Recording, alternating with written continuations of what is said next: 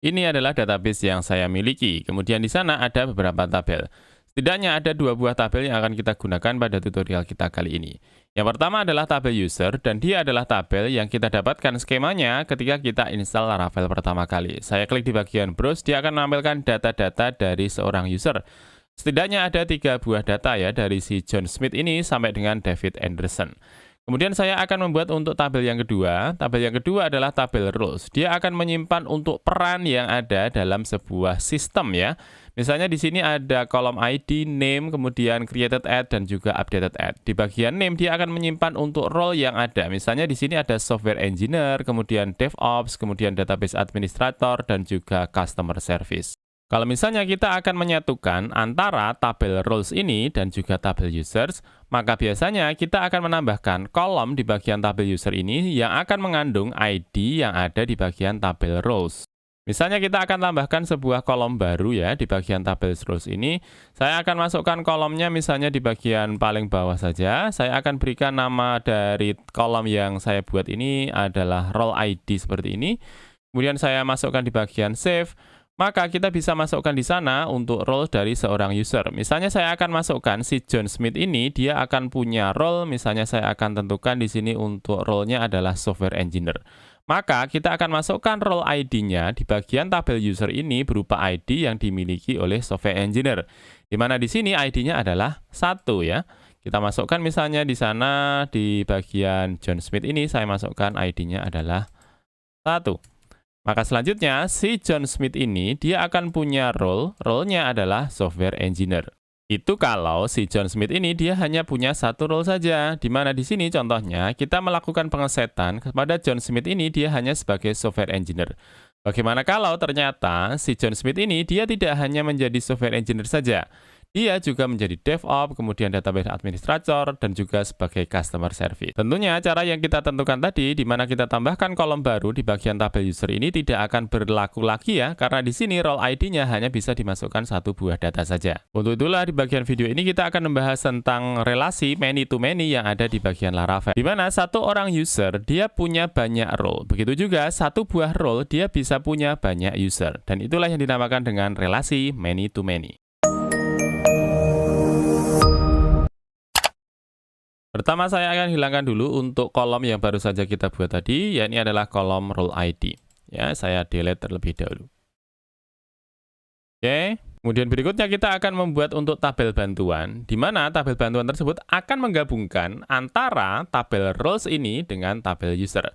Kita akan membuatnya dengan menggunakan migration saja yang ada di Laravel ya. Saya akan buka terlebih dahulu untuk terminal saya.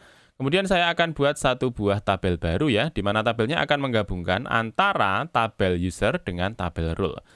Saya akan membuat perintahnya php artisan make, kemudian migration. Misalnya saya akan buat namanya create user role ya, yang akan menggabungkan antara user dengan role tabel seperti ini. Kalau saya enter, maka dia akan membuat satu buah file baru, dan lokasinya ada di bagian database, migration, kemudian ini adalah nama filenya. Sekarang kita coba buka dulu ya untuk filenya. Dia ada di bagian migration, kemudian ada di bagian create user role tabel. Nah, kita akan buat untuk skemanya terlebih dahulu. Coba di bagian terminal saya close dulu. Kemudian kita akan buat satu buah tabel baru, nama tabelnya adalah user role. Kita akan buat dengan menggunakan foreign ID saja, foreign ID. Ya, foreign ID. Dia akan membuat satu buah kolom ya. Kolomnya akan kita tentukan misalnya namanya adalah user ID. Ya. Kemudian kita buat dia constraint ID. Constrained ya.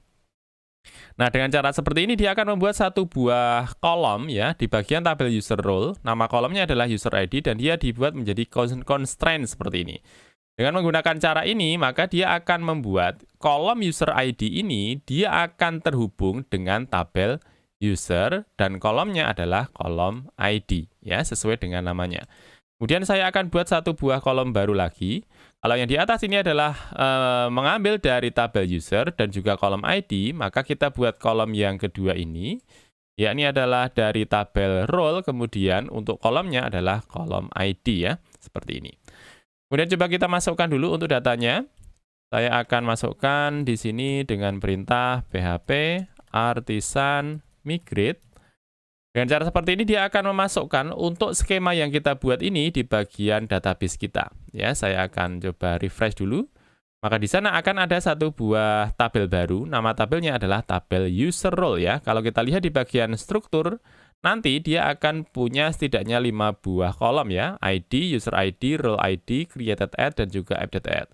Nah, di sini di bagian user ID dan juga role ID, dia sudah dibentuk menjadi foreign key, di mana dia akan mengambil data pokoknya ini dari tabel yang berhubungan ya. Misalnya user ID ini dia akan mengambil dari tabel users, kemudian role ID ini dia akan nyambung dengan tabel roles. Langkah berikutnya kita akan coba memasukkan data di bagian tabel user role ini.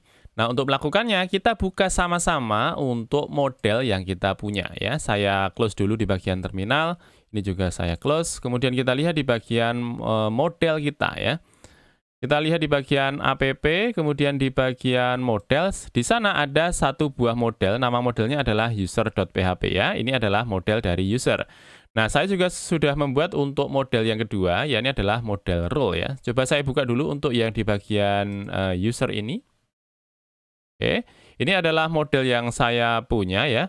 Dia adalah bawaan dari Laravel ketika kita install pertama kali. Kemudian untuk model yang kedua adalah model role. Ini saya buat saja dengan skema simple seperti ini saja. Nah, kita pertama di sini akan melakukan koneksi antara model user ini sehingga dia akan mengambil datanya dari model role kita. Nah, caranya kita buka dulu untuk model user, kemudian kita scroll ke bagian bawah. Kita akan membuat satu buah fungsi baru, misalnya saya akan masukkan public function, kita berikan nama untuk fungsinya adalah fungsi role ini. Kemudian kita akan menyambungkan antara di bagian model user, sehingga dia bisa nyambung dengan tabel role kita. Nah, caranya kita masukkan this, return dulu, ya kita masukkan return, kemudian this, kemudian kita tentukan koneksi yang akan kita lakukan. Di sini akan ada beberapa pilihan ya, dan yang akan kita gunakan di sini adalah belongs to many. Belongs to many. Di mana dengan menggunakan belongs to many ini, satu buah user dia bisa punya banyak role. Begitu juga satu role dia bisa punya banyak user. Ya, saya masukkan di sini. Setelah kita masukkan seperti ini, kita masukkan untuk model yang akan kita panggil ya. Modelnya adalah model role. Ini langsung mengambil dari model role kita ya. Di sini kita sudah punya untuk modelnya adalah model role. Kalau teman-teman belum punya untuk model role-nya bisa di stop dulu ini, kemudian dibuat untuk file role.php-nya, kemudian dimasukkan untuk script-nya ya. Atau bisa buat dengan menggunakan perintah membuat model dengan menggunakan PHP Artisan. Ya. Nah, kalau kita sudah buat seperti ini, kita masukkan role kemudian class. Ya, role kemudian class. Kemudian di sini kalau kita hanya masukkan seperti ini saja, kadang dari Laravel dia tidak tahu tabel apa yang ada di bagian database ini yang akan kita sasar. Di sini tabel yang akan kita sasar adalah tabel user role. Ya, maka kita tambahkan saja di sini untuk mengantisipasi kalau misalnya nanti si Laravel tidak mengenali ya. Kita masukkan user role seperti ini. Nah, dengan cara seperti ini dia akan menyambungkan antara tabel user ini, model user ini dengan model role ya, model role seperti ini. Nah, sekarang kita coba akan masukkan datanya sehingga data tersebut akan masuk ke bagian tabel user role kita. Nah, untuk melakukannya kita akan buka terlebih dahulu saja dan kita akan jalankan prosesnya dengan menggunakan routing saja ya daripada kita membuat controller baru ya. Saya akan buka routes kemudian di bagian file web.php. Saya akan buat satu buah root baru. Misalnya saya akan copy saja ini. Letakkan di bawah. Misalnya saya masukkan di sini adalah proses tambah. Oke. Kemudian berikutnya saya akan masukkan untuk prosesnya menambahkan data. Misalnya saya masukkan variabel user, di mana variabel user kita akan mengambil dari modelnya adalah model user. Ingat saya menggunakan PHP IntelliFans ya, teman-teman. Jangan lupa yang seperti video kemarin saya menggunakan PHP IntelliFans untuk bisa menambahkan langsung di bagian atasnya ketika kita memilih sebuah kelas ya. Ini tadi saya memasukkan user, maka di bagian atas sudah langsung ditambahkan dari PHP IntelliFans tadi, use app models user ya. Saya akan pilih dulu untuk ID mana dari seorang user yang saya akan tambahkan ya. Saya akan user, kemudian find, Misalnya di sini saya akan menentukan untuk dari usernya adalah sebentar, saya masukkan si John Smith saja ya.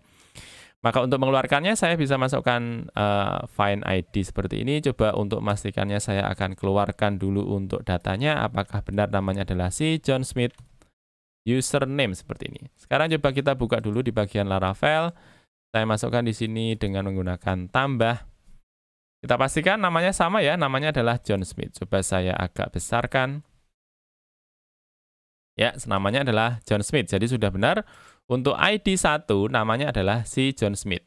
Kemudian kita akan menambahkan role kepada si John Smith ini supaya dia punya satu buah role ya. Misalnya sebentar. Terlalu besar. Ya. Kita tentukan untuk role-nya misalnya kita akan memberikan si John Smith ini dia adalah software engineer ya. Maka dengan menggunakan role tadi, dengan menggunakan relasi many to many tadi ya, kita bisa masukkan di sini role ya. Kemudian kita bentuk dia menjadi array. Kalau tadi kita lihat di bagian software engineer ID-nya adalah 1 ya, maka kita masukkan di sini role-nya 1. Kemudian kita lakukan proses penambahannya. Untuk melakukan proses penambahan, ya kita panggil dulu untuk variabel usernya, di mana variabel user ini langsung mengarah kepada salah satu data, di mana ID-nya adalah ID 1, dan namanya tadi adalah si John Smith ya. Kita masukkan user, kemudian kita panggil untuk fungsi yang baru saja kita buat tadi.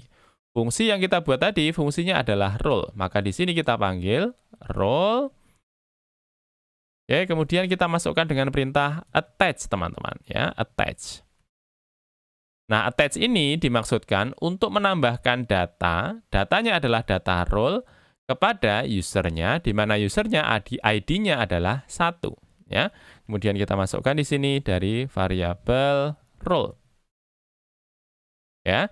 Sekarang coba kita berikan tulisannya echo sukses tambah data misalnya. Coba saya save, kemudian coba saya jalankan, saya refresh dulu, maka dia akan menampilkan pesannya sukses tambah data.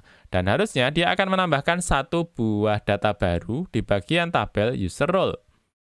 Coba kita lihat, nah dia sudah menambahkan satu buah data baru, di mana si John Smith ini, ID-nya adalah 1 tadi, dia punya role atau punya peran, di mana dia akan menjadi software engineer, di mana ID-nya adalah 1. Misalnya saya akan tambahkan lagi, selain dia sebagai software engineer, saya akan masukkan di sana dengan ID 2. Sehingga si John Smith ini, dia punya 2 buah role. Role yang pertama adalah 1, role yang kedua adalah 2. ID-nya 1 dan juga ID-nya 2. Sekarang coba saya refresh, maka dia akan menampilkan tulisan sukses tambah data. Coba saya browse. Nah, dia sudah menambahkan untuk role yang kedua ya, di mana di sini kita lihat usernya adalah 1, user ID-nya adalah 1, kemudian role-nya ada 1 dan juga 2. Tapi kalau kita lihat di sini, satu buah user ID, dia punya role yang berulang ya, di mana kita lihat di sini user ID 1, role ID-nya ada 1. Dan dia ada 2 buah data ya, dengan pola yang sama, user ID 1, role ID 1, user ID 1, role ID 1. Nah, kalau kita menggunakan attach, maka terjadi hal yang seperti tadi. Kalau kita menggunakan attach, maka dia akan menambahkan data dan dia tidak melihat ya data sebelumnya. Nah, untuk bisa melihat data sebelumnya, supaya dia menambahkan kalau belum ada, dan dia akan membiarkan kalau misalnya data sudah ada, kita menggunakan metode yang namanya sync. Ya, coba saya akan buat baru. Saya akan buat satu buah root baru. Saya masukkan di sini adalah update, dan kita menggunakan sync, teman-teman. SYNC. Ya, misalnya di sini saya akan tambahkan untuk ID yang berikutnya adalah 3 begini ya. Kalau kita lihat di sini 3, maka sebenarnya dia role-nya adalah sebagai seorang database administrator. Oke ya. Sekarang coba kita lihat di sini tadi untuk user role-nya ada 111112. Sekarang saya akan lakukan proses update. Di mana dengan menggunakan proses update ini kita menggunakan metodenya adalah metode sync. Ya, di bagian root kita tadi kita buat metodenya adalah metode sync. Tidak lagi attach tapi menggunakan metode sync. Coba saya lakukan proses update-nya. Coba kita lihat di sini untuk datanya. Maka dia akan memperlihatkan bahwa yang ditambahkan hanya ID 4 saja. Di mana ID 4 dia hanya akan menambahkan untuk user ID-nya adalah 1, kemudian role ID-nya adalah 3.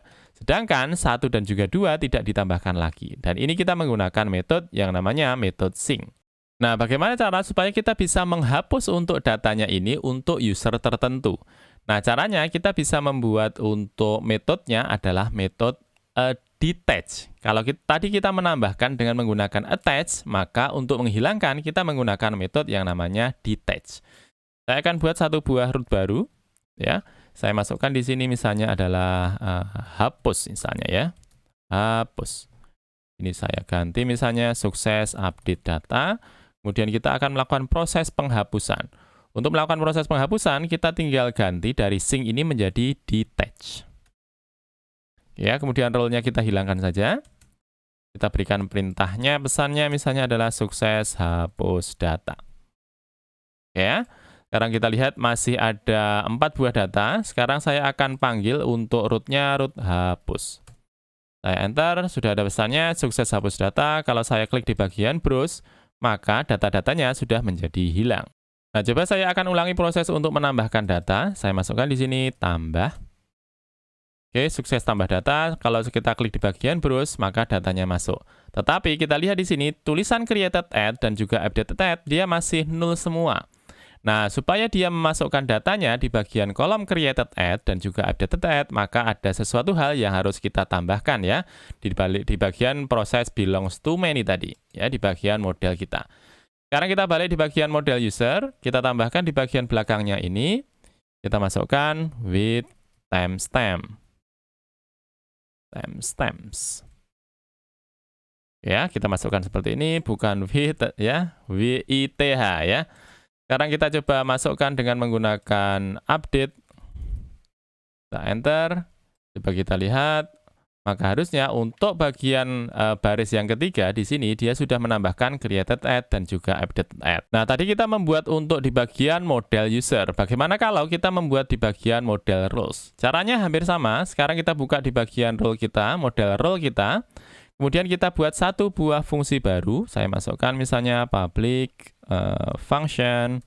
Functionnya adalah function user ya, supaya kita bisa tahu sebenarnya dia mengarah ke tabel yang mana. Ya, kalau role tentu saja ini adalah tabel role karena kita ingin supaya di bagian tabel role ini dia juga bisa melakukan akses untuk data di bagian tabel user. Nah, mudahnya kita buat fungsinya adalah sama ya dengan nama tabelnya user, maka di sini untuk functionnya yang kita buat adalah function user. Nah, di sini kemudian kita masukkan return this, kemudian kita akses kepada belongs to many tadi. Kemudian kita tentukan untuk nama dari modelnya. Nama modelnya adalah model user. Kemudian kita masukkan class. Kemudian kita tentukan untuk nama dari tabelnya. Nama tabelnya adalah user role ya, untuk mengaitkan antara tabel role dengan tabel user. Kemudian kita tambahkan dengan menggunakan with timestamp. Ya, with timestamp. Sekarang coba kita buat untuk root kita. Kita masukkan satu buah root baru, misalnya saya berikan nama rootnya adalah check misalnya seperti ini. Kemudian saya akan panggil untuk role tertentu, misalnya role yang akan kita panggil di sini adalah role yang keempat, ya, di mana role keempat di sini kita punya apa teman-teman? Ya, role keempat di sini adalah customer service. Kita akan tentukan supaya si customer service ini untuk role 4 ini dia akan kita assign-kan kepada 1, 2, dan juga 3. Sehingga John Smith, dia akan menjadi customer service juga. Emily Jensen, dia juga akan menjadi customer service juga. David Anderson, dia akan menjadi customer service juga. Ya, kita masukkan untuk role-nya adalah 4, si customer service ya ini. Kemudian kita tentukan di sini untuk user-nya. User yang akan kita assign, misalnya kita akan masukkan kepada user ID 1, user ID 2, kemudian user ID-nya 3, kemudian user ID-nya 4. Ya, kemudian kita tambahkan. Caranya kita masukkan role. Ini adalah yang kita buat di bagian atas ini. Kemudian kita akses untuk fungsi yang baru saja kita buat. Fungsinya adalah user. Kemudian kita masukkan attach ya. Bisa menggunakan attach atau kita bisa menggunakan sync. Misalnya saya masukkan sync. Kemudian kita berikan di sana untuk nama dari variabelnya yang menyimpan dari ID dari seorang user. Ya, saya masukkan user seperti ini. Kemudian saya masukkan misalnya sukses tambah data. Oke, sekarang coba kita lihat di bagian root check. Saya enter. Maka sudah ada pesan nanti harusnya, oops sorry, call to member function user. Sebentar, kita lihat untuk di bagian role. Kita punya tadi namanya adalah public function user. Sepertinya ada yang salah. Coba kita lihat di bagian route kita. Ternyata yang saya panggil adalah user ya, bukan role. Saya ganti dulu role. Ingat saya menggunakan PHP Intel Advanced ya. Saya ulangi lagi supaya teman-teman tidak bertanya-tanya. Ketika saya masukkan role begini, dia akan langsung menambahkan di bagian atasnya ya. App models role ya, sesuai dengan kelas yang kita panggil. Oke, seperti ini. Sekarang coba kita ulangi dulu. Saya masukkan cek, kemudian kita lihat constraint ya. Di sini ada lihat, saya lupa ternyata 4 tidak ada di bagian tabel user kita. Ya, saya hilangkan. Ya, di sini tidak ada ya untuk ID 4 sehingga hanya ada 1, 2 dan juga tidak dari si John Smith sampai dengan David Anderson. Coba saya ulangi lagi. Nah, sukses tambah data. Sekarang coba kita lihat di bagian tabel user role. Sekarang harusnya ada 3 buah data baru ya. Untuk user ID 1, user ID 2, user ID 3, dia punya role yang sama. Role-nya adalah 4. Semoga bermanfaat. Kita akan berjumpa lagi di video berikutnya. Terima kasih.